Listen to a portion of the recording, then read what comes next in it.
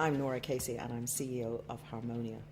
I think, over the years, I've always been a great believer in helping young women to see that it's possible to achieve anything in modern Ireland. I've always felt that showing them good role models is one of the best ways to do it.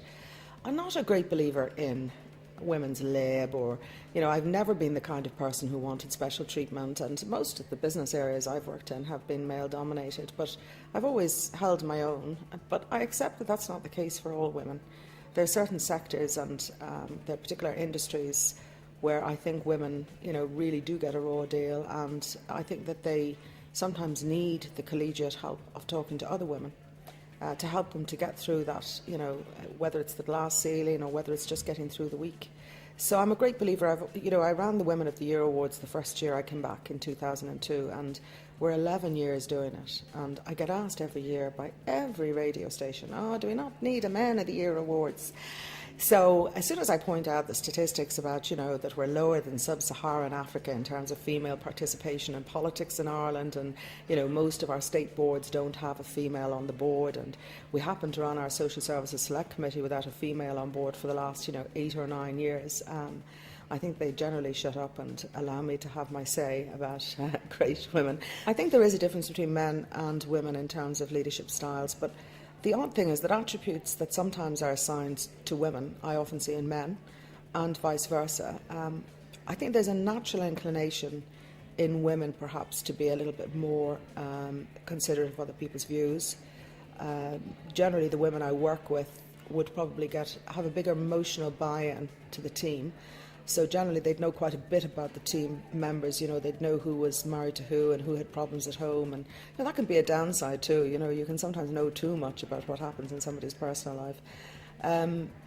I think women have a very strong intuition, and the more mature they become in business, the more confident they are about their intuition.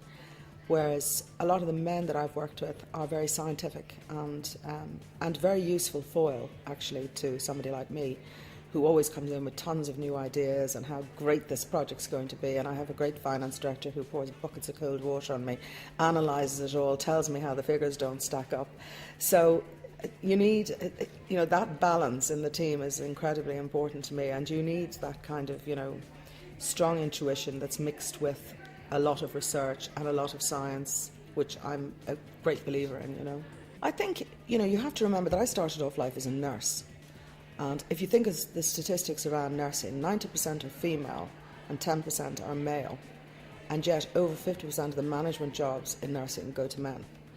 So, I was within a career and an infrastructure which, through history, had shown the biggest gender imbalance in terms of promotion and salary and management. I mean, it is quite extraordinary to this day that, when I was nursing, it was very, very unusual to see a man who was a nurse. And nowadays, it's much more common.